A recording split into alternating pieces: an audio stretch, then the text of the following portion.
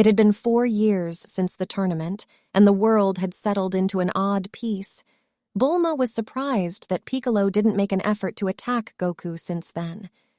She had some of her drones watch him as best they could from a distance whenever she knew where he was, but only caught glimpses before they were shot down.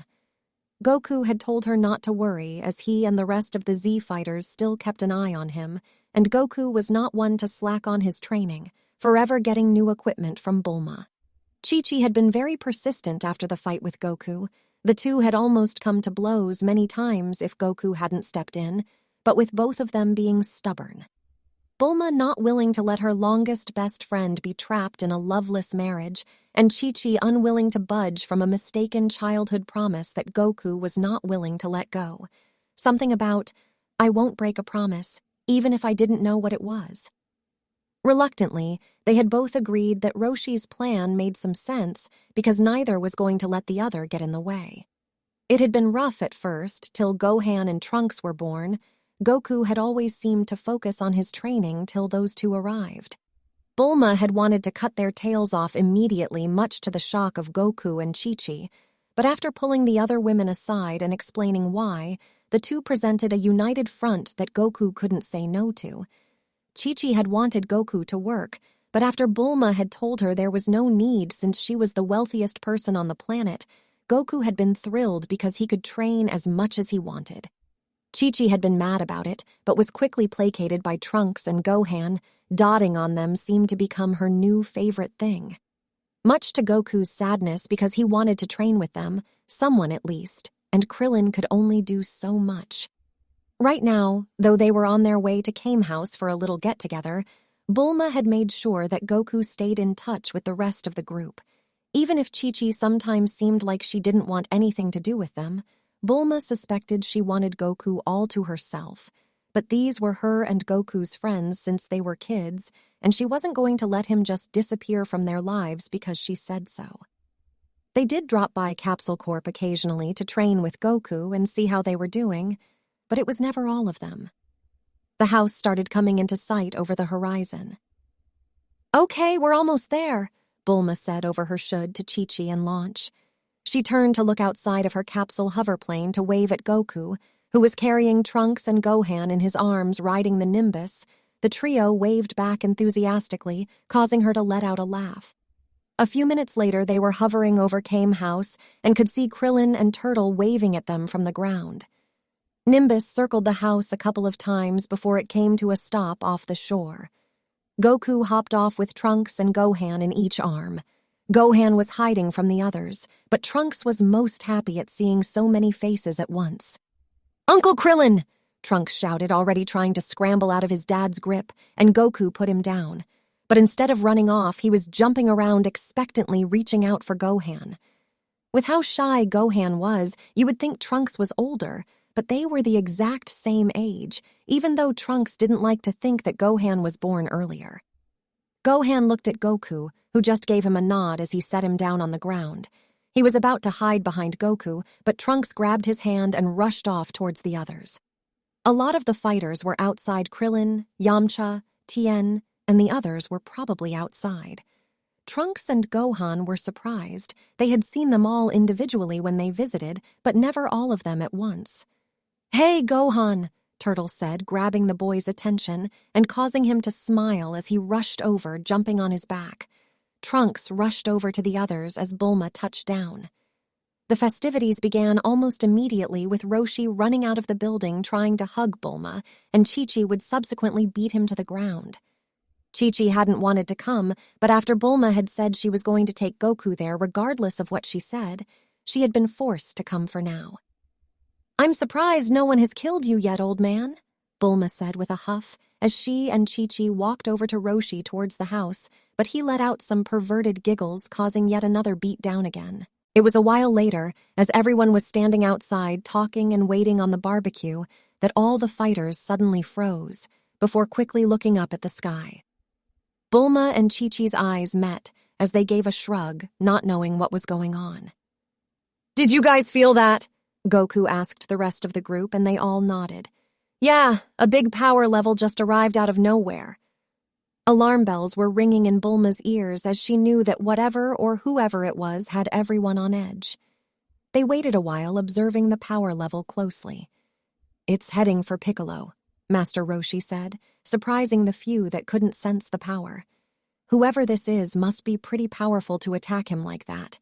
Within moments of arriving at Piccolo's location, the power of the being spike suddenly before Piccolo's took a dive, but one that wasn't fatal. Not that it mattered at the moment, as the big issue was that it had taken him out with so much ease, someone who was close to Goku in strength in the past. The power level rose again as it seemed to charge before heading off, in their direction. All the Z fighters who could sense the power felt their blood turn cold as the being seemed to only accelerate in their direction. Goku knew there wasn't much he could do now. If he told Bulma and Chi-Chi to run, whoever it was could go after them, and he wouldn't be able to protect them as easily, and even going inside Kame House would prove useless, so he waited. It didn't take long for the aura to appear over the horizon, but Goku watched it more with surprise than fear. Someone way stronger than Piccolo, he could only guess the fight would be good. The person came to rest above Kame House, and they could see a man who had long, unruly hair and some kind of armor. He stood floating above the island, looking around the group as he slowly descended. As he touched down, he looked at the group with distaste. A bunch of humans and other odd creatures. His scouter hovered over each of them, looking at their power level, each so low they weren't worth his attention. Then his eyes finally landed on who he seemed to be looking for. "If it isn't Kakarot," he said with a bellow, and the other Z fighters and Goku could only look on confused. "Why haven't you completed your mission? I had to deal with some vermin on my way here. You should have had this planet cleaned up." Raditz could see Bulma and Chi-Chi standing just behind Goku's large frame, glancing a view at him. "So you have taken human mates. Shameful that you have dirtied our blood. But given the current situation, it can be overlooked." Raditz stood proudly before a voice interrupted his reverie. The voice said, and he opened his eye and could see Kakarot scratching his head. "What is it, Kakarot? We don't have time to be messing about." Goku looked at him before asking the question, "Who is Kakarot?" Raditz was baffled. "You fool! Don't play games! Didn't you learn from your datapad?" But Goku just looked at him confusedly. "Your pod?" But no answer. "And why aren't you wearing your armor? A Saiyan must never be without their armor." "Hey man, I don't know who this Kakarot guy is. What are you doing here?" Goku asked a little more seriously, but still kept his goofy tone. Krillin had walked up to the mysterious man and was assessing him closely. "My name is Raditz, and I am your brother." That seemed to shock the entire group as a gasp went out, but Goku was the most shocked. "I don't have a brother," he said, looking confusedly at the man. "You fool, did you fall on your head or something? You should know all of this from your pod." But before he could continue to rant, Goku interrupted. "Grandpa Gohan did say he accidentally dropped me on my head." Everyone seemed to collectively facepalm. "No matter, I will educate you in the ways of the Saiyans." Unexpectedly, two voices filtered through the tense looks. "Whoa, who are you?" Trunks asked, walking out of Kame House with his brother in hand. They stared at the man shocked, and Raditz almost brushed them off before he scanned their power levels. Nothing too impressive, but impressive for mere children. He would gladly make them his servants. "Dad, who is that?" "No one important, Trunks. Get your brother back inside." The way his dad had said those words made him tense up. Raditz was shocked. "You have offspring, Kakarot. Some half-breeds, but it shouldn't matter now. We can rebuild the Saiyan race. You see, little ones. I am your father's big brother." "Whoa, really?" the two said in unison as they stared at the big guy wearing cool armor. "You're our uncle?" Raditz nodded as he smiled and saw the two cautiously approach him before Goku shouted for them to stop. It scared them a little as he never really shouted at them before. "Hey, Goku, ease up! He said he was your brother," Krillin said, letting his guard down, and before anyone could warn him, he was smashed into Kame House. Raditz had moved too fast for any of them to react. Goku stared on, horrified, as he got in a fighting stance. Raditz just scoffed. Really, brother? You think you would be enough to stop me? Can you even protect your females? Goku knew he was right, if this guy, whoever he was, had been strong enough to beat Piccolo then.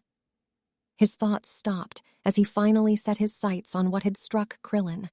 A tale similar to the one he had all those years ago. The collective gasp from around the ground were enough to tell him they all saw it. "Is he really your brother?" Chi-Chi asked, shocked, but he wasn't focusing on that. He needed answers. How do you have that tail?" Raditz looked at his tail without much interest, then back at Kakarot. All Saiyans have it, you fool, matter fact. Where is yours? He asked with a sneer that sent chills down their spines. It's no matter. I will make a Saiyan out of your spawn. You will have to prove yourself. Like I would let you touch them! Goku shouted as he charged at Raditz, who was approaching the terrified toddlers that held each other scared. Raditz moved with frightening ease, landing a blow into Goku's gut that felt as if all his organs had been sent halfway across the planet. He wasn't expecting someone so big to move too fast. His knees buckled as he tried to regain any sense of breath and movement, and he could only watch as Raditz picked up the two toddlers before beginning to float. A trial by fire is what you need. You have 24 hours to kill 100 of these humans, or else I am taking them with me. Goku could only look on helplessly, hearing Gohan and Trunks' cries as he tried to get up only to fall to his knees before Raditz blasted off.